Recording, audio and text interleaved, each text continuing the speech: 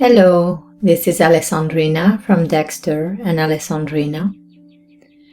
And today I'm going to talk about the importance and the benefits of working in the preventative and preemptively on patterns. So you may have heard of the expression, an ounce of prevention is worth a pound of cure. And this is really the main reason why I'm making this video today. And if you watch the video on forgiveness, you will see that I make a reference to this specific video on prevention and why it's important. So, oftentimes we are busy putting fires out in our lives. So every time that a conflict arises or a seemingly negative and detrimental circumstance or situation comes up, we'll address it. And there's a lot to say about addressing things preemptively, preventatively, rather than reactively. The reason for that and the benefit of that is that when we are reactively essentially responding to something, or we are reactively addressing something, we've accumulated a bunch of different recordings about the situations, emotions, pain, trauma, and that pain is going to essentially create a lot of resistance in our system to working towards the resolution of that pattern or that whatever situation is arising. So if we, instead of putting out fires, which takes a lot of energy, and which if you're putting out a fire, you're not necessarily, for instance, if you have a home and there's a fire in your home and you put it out, well, then you're going to essentially probably at some point want to then clean it up and then maybe reconstruct some things. So it's a lot of destruction. And so it's a lot of energy. And when we're in this reactive mode, putting out fires, it's much more difficult for us to constructively assess, evaluate, and then take steps towards resolution of patterns and making things work more effectively, efficiently, more optimally.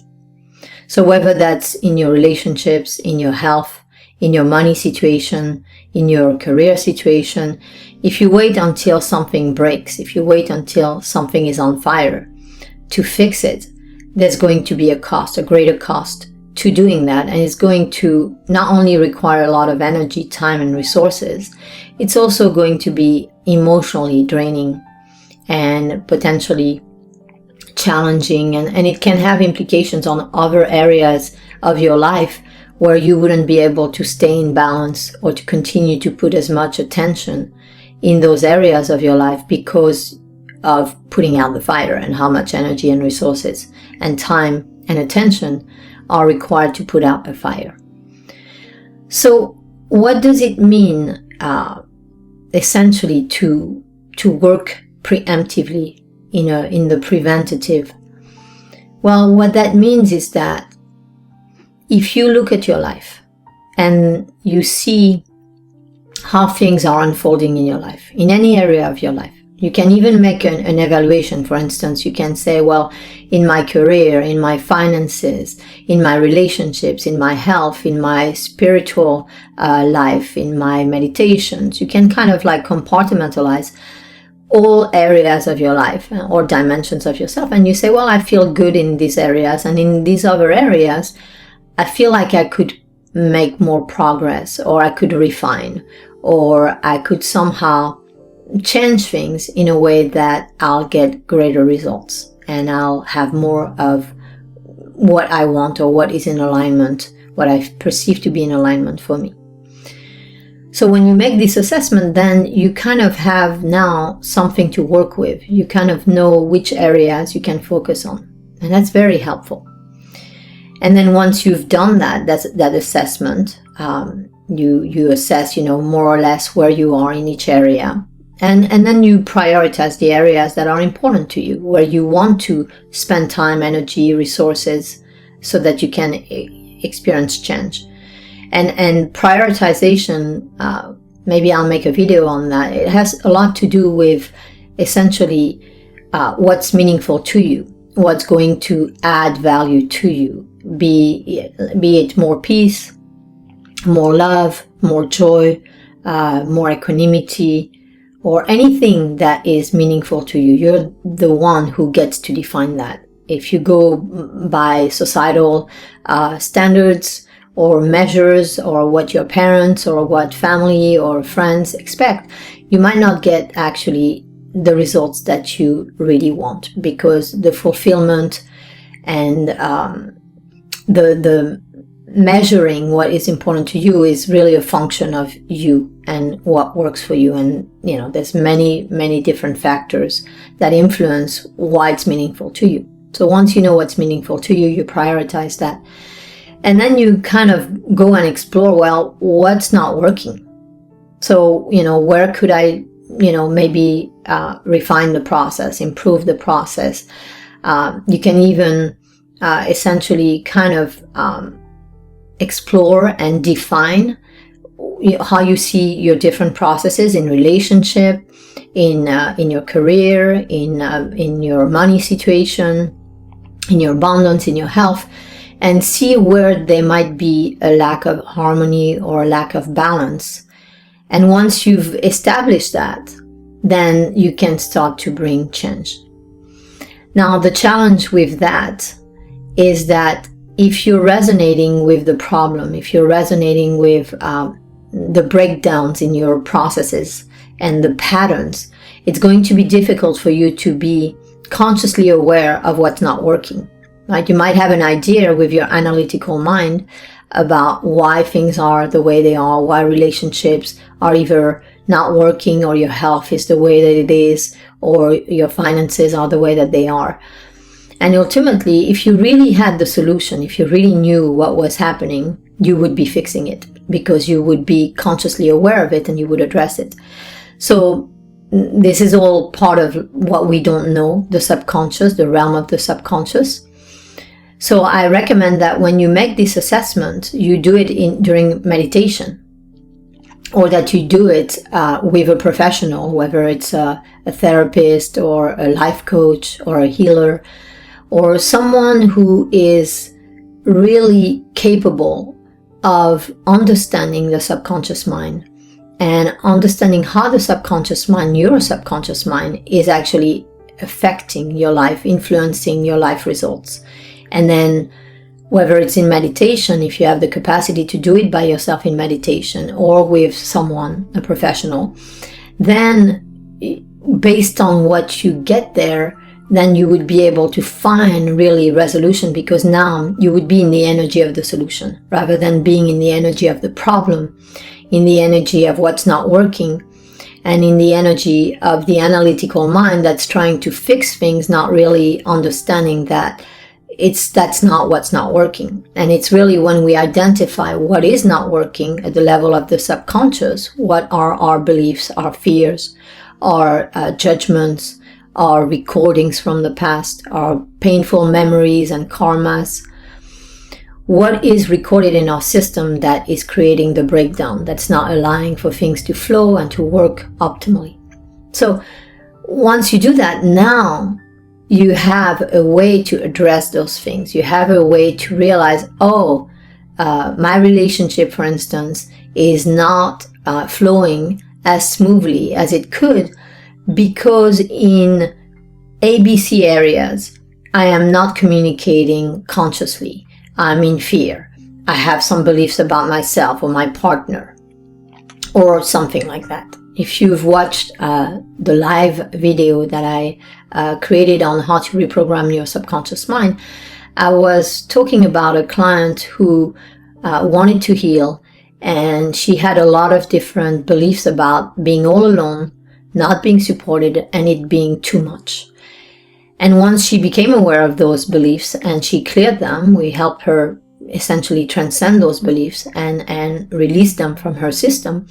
Then she was able to access the energy and the resources that were already available to her, that said she was blocking it through her subconscious mind by having those beliefs and those fears that she was all alone and it was too much and she couldn't do it. So in the same way, once you have information about what's in your subconscious mind, what's blocking, the blocks in your subconscious that are preventing you from resolving a pattern, from changing a situation, from improving a relationship, from enhancing your health, from healing, from receiving more money, or getting the career that you want, or continuing to climb up the ladder of consciousness in your spiritual work or your meditation. Once you know, then now you are in the energy of the solution. You can now really connect to how to go about resolving those blocks. And now you can really allow yourself to feel the solution, to feel a resolution, to feel the state of energy and the state of being, and in your environment, the unfolding of the things that you prefer, that you want to receive in your life as a result of this alignment, this internal alignment. I'll probably make a video on internal alignment to explain in more details what that is. And right now we're talking about preemptive and proactive and preventative ways of really addressing things, patterns, and situations in your life so that they don't take up so much bandwidth, meaning like your energy, your time, your resources, your mental capacities, and your attention. So this is a very kind of like, it's comprehensive, and I'm also keeping it simple. Essentially, I'm giving you some major steps, some major blocks to start to create change, to start to really move towards the life that you want, to start moving towards receiving the things that you want and resolving things, and not being in a state of putting out fires, really being in a state of constructively, proactively addressing things. And as a result of that, your life starting to flow a lot more, you experiencing more synchronicities, more ease in relationships, more ease in the flow of the things that you receive in your life, right? So if you, for instance, think about the law of attraction really being able to use it in your life in a way that things flow and you receive things quite easily in your life, by understanding that the law of attraction can only work if you come into alignment, if you release blocks.